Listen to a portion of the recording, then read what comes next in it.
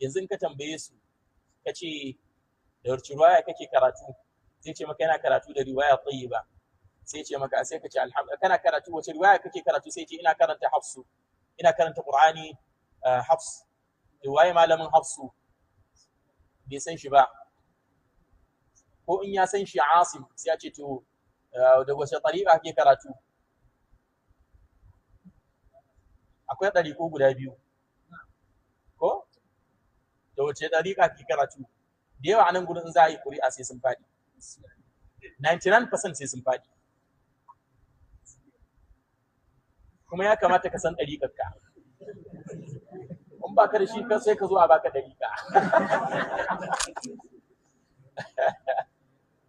Ko yanzu kaga imamuwar shi gashi can, in ka tambaye shi da wace ɗariƙa yake karatu zai gaya maka.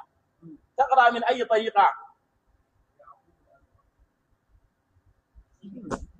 kaga shi ya san ɗariƙarsa.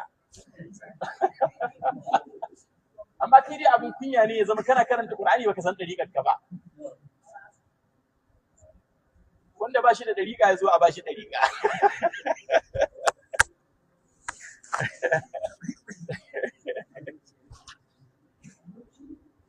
Amma gaskiya ba abin dariya bane wannan. Ya kamata kowa ya koma. Muna karanta Qur'ani ne kawai.